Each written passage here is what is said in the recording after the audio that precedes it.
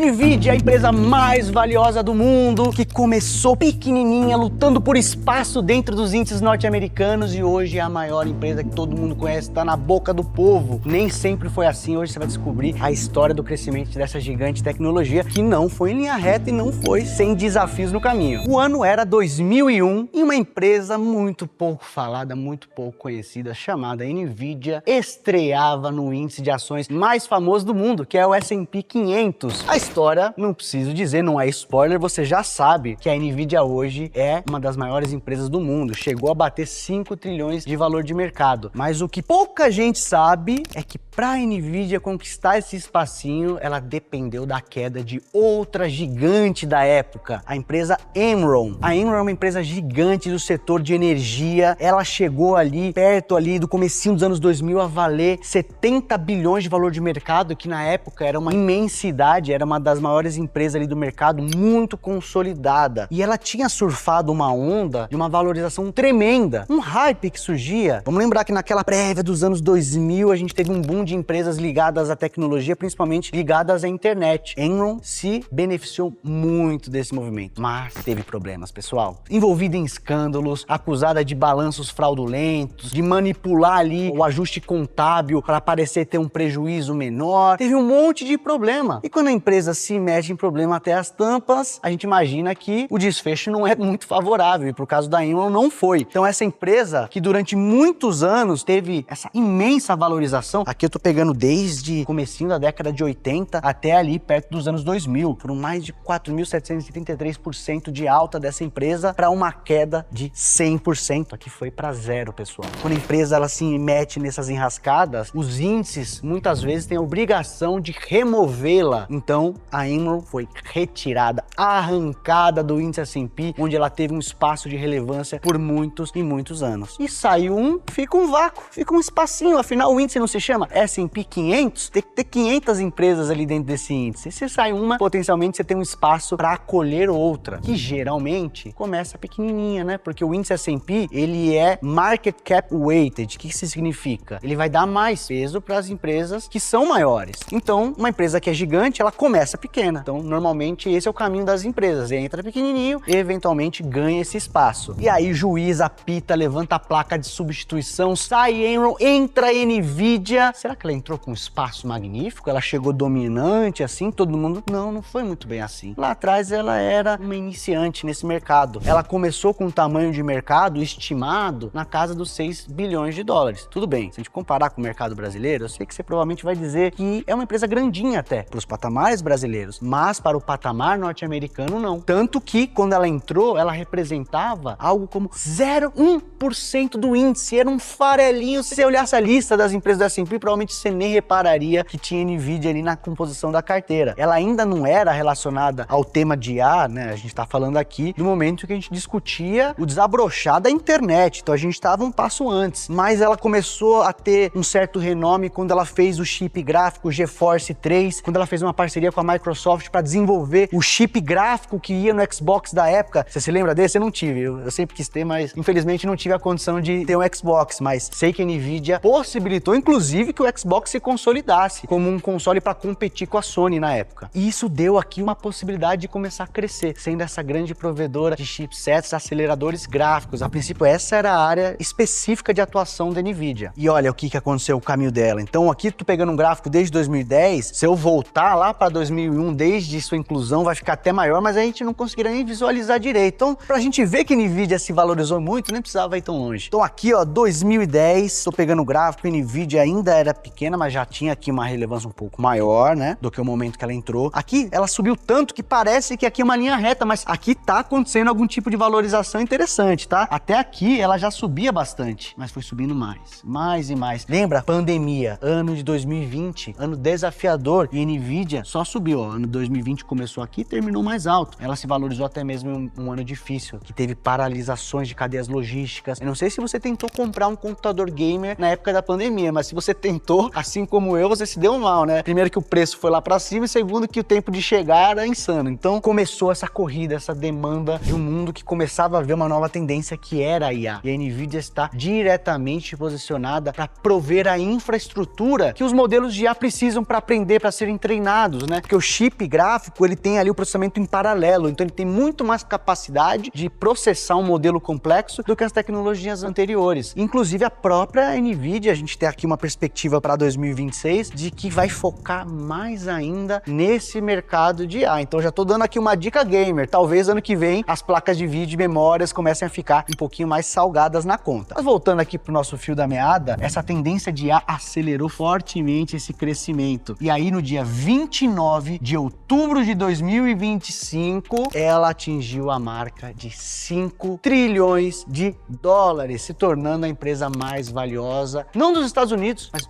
do mundo. E aqui só para vocês verem comigo que o caminho, eu trouxe uma tabelinha que aqui mostra os anos, né, de 2001, que é quando ela foi incluída no índice, até novembro de 2025, né, aproximadamente, aqui a data que eu estou gravando o vídeo, o peso que a NVIDIA tinha no S&P em cada ano e aproximadamente o valor de mercado da NVIDIA em cada momento. E a gente percebe que tem uma relação direta, né? Conforme o tamanho de mercado cresce, a empresa se torna maior e maior, naturalmente ela vai ocupando um espaço maior no índice. Lembra que eu falei que o índice é Market Cap Weighted? Ele dá peso às empresas que são maiores. E a NVIDIA ficou pequenininha por muito tempo, ó, 0,06, 0,05, até chegou a diminuir, até que passou a ter uma aceleração, principalmente a partir ali de 2010. Vamos lembrar que a gente teve aquele corte de juros nos Estados Unidos e eles ficaram quase uma década com um juro bem baixinho. E juro baixinho, pessoal, é um prato cheio para empresas de tecnologia que precisam reinvestir massivamente para crescer. Isso favoreceu. A NVIDIA conseguiu ganhar mais e mais mercado. E aí o salto foi tremendo a ponto que hoje ela representa sozinha quase 8% do mercado norte-americano. Inclusive, pessoal, tô falando aqui de S&P, de Market Cap Weighted, eu gostaria de fazer até uma referência a um conteúdo que a gente tem aqui na Finclass que fala exatamente disso. A gente tem uma Finclass completa sobre o índice S&P, que eu falo desde história, curiosidades, metodologia, a gente fala de NVIDIA também, a gente fala de teses de setores, quase que nem Netflix, né? Os conteúdos mais recentes ficam ali bonitões em destaque. Gravei essa Finclass de S&P com alguns módulos com materiais complementares, tem um simulador aqui de planilha que você brinca com os retornos históricos para construir uma carteira ideal. É algo que eu faço um convite direto para você consumir, que tem muito valor aqui, pessoal. Um passe de mágica, vem uma condição especial que eu preciso falar para vocês, senão eu não ia me perdoar, pessoal, porque esse tipo de promoção aqui é do tipo do gerente ficou louco. 50% de desconto na assinatura da Finclass, que inclui tudo que a gente tem a oferecer, desde a parte de recomendações da carteira internacional, da carteira Brasil, aulas, acompanhamentos, cursos, lives, relatórios completos, uma comunidade que funciona como uma rede social proprietária. É um ecossistema completo à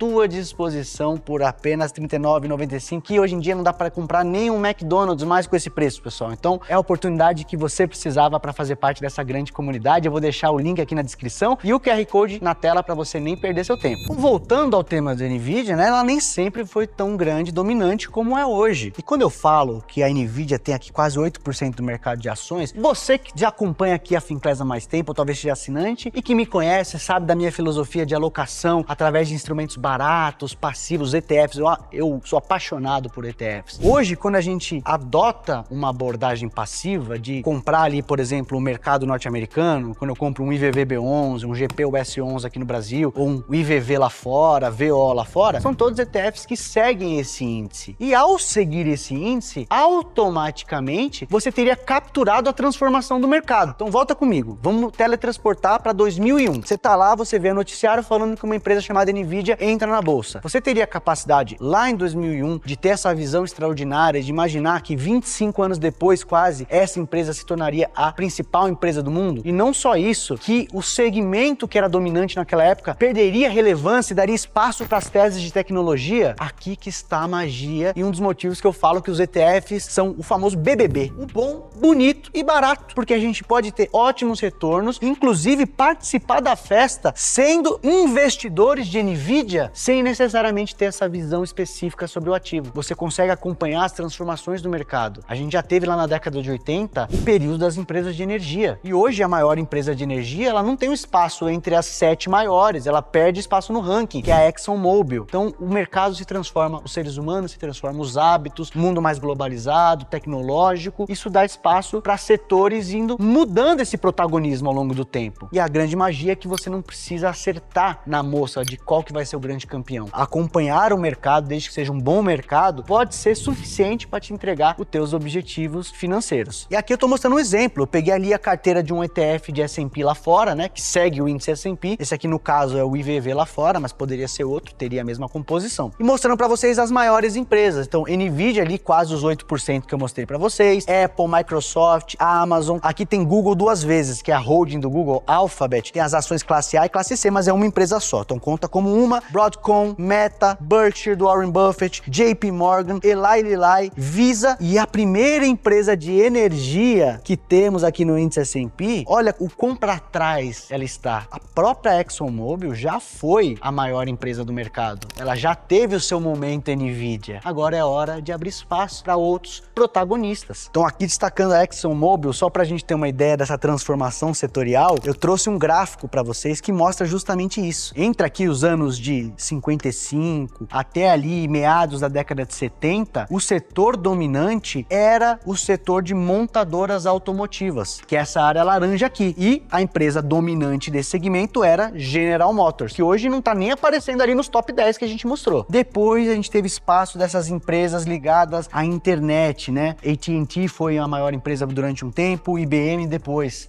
foi mudando esse protagonismo, voltou a ser montadora por um tempo, por um breve período foi tecnologia de novo. Aqui o momento da energia, ó, ExxonMobil aqui passou a ser a empresa mais valiosa ali entre 2006 e 2012 aproximadamente, e aí depois não teve mais jeito. Lembra que eu falei? Aqui a gente entra naquele período de juro baixo dos Estados Unidos, que favoreceu muito o crescimento do segmento de tecnologia. A Apple foi a dominante por muito tempo, a área cinza. Teve um período que a Microsoft aqui ultrapassou momentaneamente, depois voltou a ser Apple, e aí a barrinha verde aqui não deixa dúvidas, né? A nossa queridinha do vídeo de hoje, Nvidia. E olha a diferença dos setores, né? Como eu tô falando, energia. Lá em 2008, o setor de energia representava ali 16% ou mais do índice todo. E hoje, somando todas as empresas de energia do S&P 500, não dá 3. Olha a diferença. O mundo mudou. Mundo mais ESG, mais voltado a energias renováveis, menos intenção de investir em capex, né, em expansão da sua capacidade produtiva nesses setores, fez com que o setor naturalmente fosse diminuindo e perdendo relevância. E hoje o setor mais proeminente, não deixa dúvidas aqui, tecnologia. Nem sempre foi assim, pessoal. Então isso aqui começa a trazer pra gente uma boa visão, uma boa ideia de alocação que pode funcionar muito bem pra gente e que não priva a gente de conseguir investir em boas teses, porque eu sei a parte interessante do jogo dos investimentos. Eu sei que muita gente gosta de chegar no barzinho com os amigos e falar: comprei Nvidia, cara,